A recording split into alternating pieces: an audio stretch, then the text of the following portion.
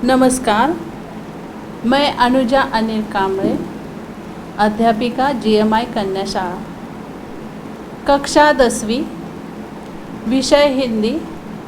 आज हम व्याकरण की ओर ध्यान देने वाले हैं। मनुष्य समाज में रहता है, समाज के लोगों से उसका लगाव है और उनके साथ वो भाषा से अपने विचारों का आदान प्रदान करता है। इसके लिए भाषा आवश्यक है।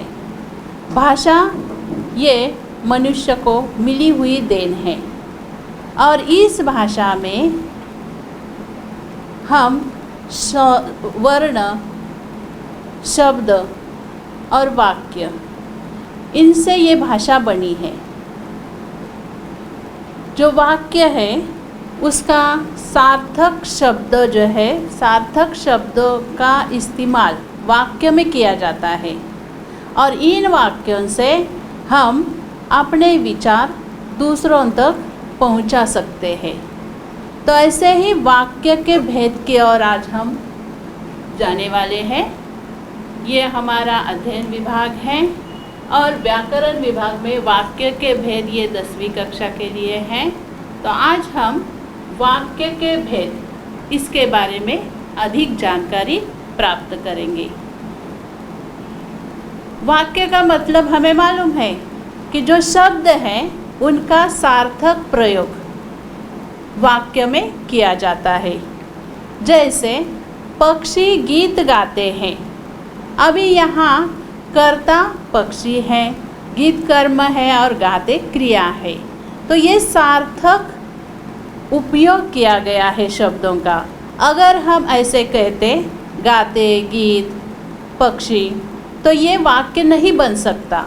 इसलिए वाक्य में सार्थक शब्दों का व्यवस्थित समूह जो है वो रहता है। तो ऐसे ही वाक्य के जो भेद है वो 2 प्रकार के हैं। एक है रचना के दृष्टि से और दूसरे हैं अर्थ की दृष्टि से। तो रचना के दृष्टि से जो भेद है वो 3 भेद है। पहला है साधारण वाक्य, दूसरा है इसे ही हम सरल वाक्य भी कहते हैं, दूसरा है संयुक्त वाक्य और तीसरा है मिश्र वाक्य। तो इन रचना के दृष्टि से जो 3 भेद है उसके बारे में हम पहली जानकारी प्राप्त करेंगे। साधारण वाक्य जो है या सरल वाक्य जो है, इसमें एक ही कर्ता और एक ही क्रिया होती है। जैसे माँ खाना पकाती है, माँ ये कर्ता है, खाना ये कर्म है और पकाती है ये क्रिया है। तो माँ खाना पकाती है ये साधारण वाक्य है, इसे हम सरल वाक्य भी कहते हैं। दूसरा जो प्रकार है वो है संयुक्त वाक्य। संयुक्त वाक्य में 2 से अधिक सरल वाक्य जो है उनका समुच्चय होता है। इसमें समुच्चय बोधक अव्यय का इस्तेमाल किया जाता है, जैसे और, परंतु, तथा, या आदि। उदाहरण, हम टैक्सी में बैठे और टैक्सी दौड़ गई। अभी यहाँ हम टैक्सी में बैठे और ये समुच्चय बोधक अव्यय का इस्तेमाल यहाँ हुआ है और टैक्सी दौड़ गई। मांडवी नदी काफ़ी बड़ी है तथा वर्ष भर पानी से भरी रहती है। अभी यहाँ तथा ये समुच्चय बोधक अव्यय आया है। तो समुच्चय बोधक का अव्यय का इस्तेमाल संयुक्त वाक्य में होता है। ये इसकी विशेषता है, ये ध्यान में आपको रखनी है। और संयुक्त वाक्य में 2 या 2 से अधिक वाक्य होते हैं। तीसरा जो प्रकार है वो है मिश्र वाक्य। मिश्र वाक्य में एक प्रधान वाक्य होता है और बाकी या शेष आश्रित वाक्य होते हैं। इसमें जैसा वैसा, जैसी करनी वैसी भरनी, जो करे सो भरे, जिसकी उसकी, जब तक, जैसी वैसी, जब तक तब तक, जिन्हें उन्हें, इसका इस्तेमाल किया जाता है। उदाहरण देखेंगे हम। मनोज घर आता ही मैच देखने लगा। अभी मनोज घर आया, ये प्रधान वाक्य है और मैच देखने लगा ये शेष गौण वाक्य है या आश्रित वाक्य है। तो मनोज घर आते ही मैच देखने लगा, ये मिश्र वाक्य है। जो मेहनती होते हैं वे हमेशा सफल होते हैं। अभी देखो, जो मेहनती होते हैं वे हमेशा सफल होते हैं। तो जो वे, इसका इस्तेमाल यहाँ हुआ है। मैंने कहा जैसा वैसा, जो सो, इसी प्रकार ये वाक्य होते हैं मिश्र वाक्य में। तो इस प्रकार रचना के दृष्टि से वाक्य के 3 प्रकार हमें ध्यान में रखने हैं। साधारण वाक्य या सरल वाक्य, संयुक्त वाक्य और मिश्र वाक्य। हमारे प्रश्न पत्र में इसके लिए 1 अंक है और आपको वाक्य दिया जाता है और उसका प्रकार या अर्थ की दृष्टि से इसका भेद लिखो, ऐसा प्रश्न आता है। अभी वाक्य के भेद में दूसरा जो भेद है वो है अर्थ की दृष्टि से। अर्थ की दृष्टि से जो वाक्य के भेद हैं वो 8 है। पहला है विधानार्थक वाक्य या विधानवाचक वाक्य भी हम इसे कहते हैं। निषेधार्थक वाक्य, निषेधवाचक भी इसे कहा जाता है। प्रश्नार्थक वाक्य या प्रश्नवाचक वाक्य, आज्ञार्थक वाक्य या आज्ञावाचक वाक्य, इच्छार्थक वाक्य या इच्छावाचक वाक्य, संदेहार्थक वाक्य या संदेहवाचक वाक्य। 7वां जो प्रकार है संकेतार्थक वाक्य या संकेतवाचक वाक्य। 8वां प्रकार है विस्मयार्थक वाक्य या विस्मयबोधक वाक्य। तो अर्थ की दृष्टि से ये 8 प्रकार वाक्य के हैं। अभी एक एक के बारे में हम जानकारी हासिल करेंगे। विधानार्थक वाक्य जो है, इसमें वाक्य में क्रिया होने की संभावना है या सूचना दी जाती है। क्रिया होने की सूचना दी जाती है। जैसे पक्षी घोंसले से उड़ चुके हैं।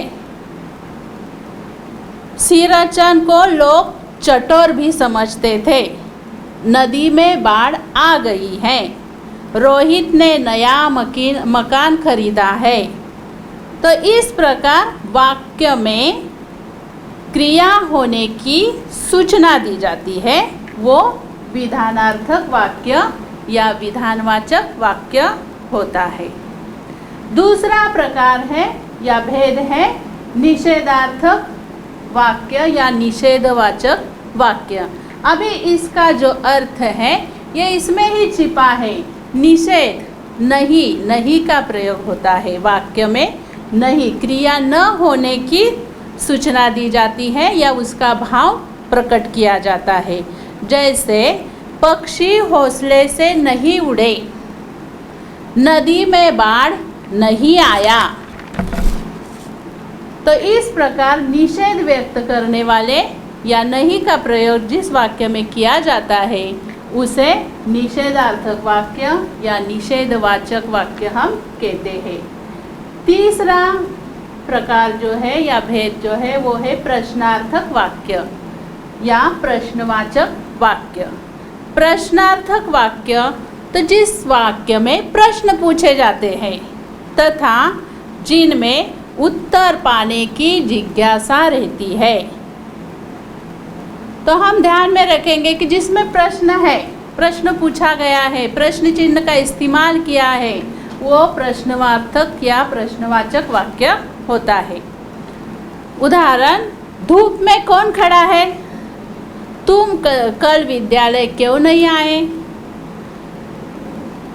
तो इस प्रकार प्रश्न बहुत सारे हम पूछ सकते हैं, या बहुत सारे प्रश्न जहाँ होते हैं वो प्रश्नार्थक वाक्य। चौथा प्रकार है आज्ञार्थक वाक्य या आज्ञावाचक वाक्य। इसमें भी अर्थ छिपा हुआ है। जब भी हम दूसरों को आज्ञा देते हैं, तू पढ़, तू जा, तू आ, तू खाना खा, तो ऐसे शब्दों का इस्तेमाल जब हम करते हैं, या इच्छा, कामना, आशीर्वाद आदि हम प्रकट इसमें करते हैं, आज्ञा देते हैं कि ये कर, आज्ञा, तू पढ़ाई कर, किताब के पन्ने मत फाड़ो, अपने जन्मदिन पर एक पौधा लगाओ, तो ये सब आज्ञा है। तू घर जा। तो इस प्रकार आज्ञा का उपयोग आज्ञार्थक वाक्य में किया जाता है।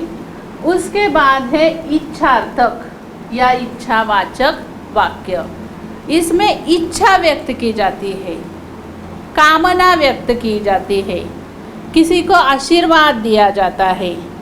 ईश्वर करे आप खूब उन्नति करें, ऐसा काम करो कि देखने वाले देखते ही रह जाएंगे, प्रभु आपकी कामना पूरी करे।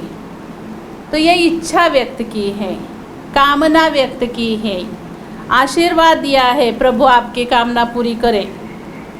तो इस प्रकार इच्छार्थक वाक्य में आपको इच्छा, कामना या आशीर्वाद दिया जाता है। छठा प्रकार है संदेहार्थक वाक्य या संदेहवाचक वाक्य। जिस वाक्य में संदेह निर्माण होता है, शंका निर्माण होती है, या शंका निर्माण होने का बोध होता है, क्रिया पूर्ण होने में शंका उत्पन्न होती है। और इसके और एक विशेषता है कि इस वाक्य में जो क्रिया है वो होगा, होंगी, होंगे आते हैं। इस प्रकार इसका इस्तेमाल किया जाता है। जैसे दीपक बुझ गया होगा, रेशमा ने खाना पकाया होगा, तुमने पढ़ाई की होगी। तो इस प्रकार संदेहार्थक वाक्य या संदेहवाचक वाक्य में होगा, होंगी इसका इस्तेमाल करना है, और ये इसकी विशेषता है, ये आपको ध्यान में रखनी है। जैसे रहमान कह रहा था कि शायद कुछ लोग लक्ष्मी को खरीद लेंगे। तो इसमें संभावना या संदेह उत्पन्न हुआ है। अगला सातवां जो प्रकार है वो है संकेतार्थक वाक्य। इसमें संकेत निर्माण होता है या अपेक्षा का बोध होता है, अपेक्षा व्यक्त की जाती है। अगर गाय दूध नहीं देंगी तो इसका क्या करेंगे? यदि वर्षा रुकी तो मैं घर जाऊंगा। तो इस प्रकार अपेक्षा का बोध करने वाले जो वाक्य है वो है संकेतार्थक वाक्य या संकेतवाचक वाक्य। आठवां प्रकार जो है वो है विस्मयार्थक वाक्य या विस्मयादिबोधक वाक्य। अभी विस्मयार्थ, इसमें आश्चर्य, हर्ष, घृणा, प्रसन्नता, शोक, दुख व्यक्त होता है। इन भावों की अभिव्यक्ति होती है और इसे हम विस्मयार्थक वाक्य कहते हैं या विस्मयादिबोधक वाक्य भी हम इसे कहते हैं। जैसे ओहो तुम आ गए, मानो कुछ नहीं बोली बेचारी, सावधान गाड़ी आ रही है, अरे बाप रे कितना बड़ा सांप है।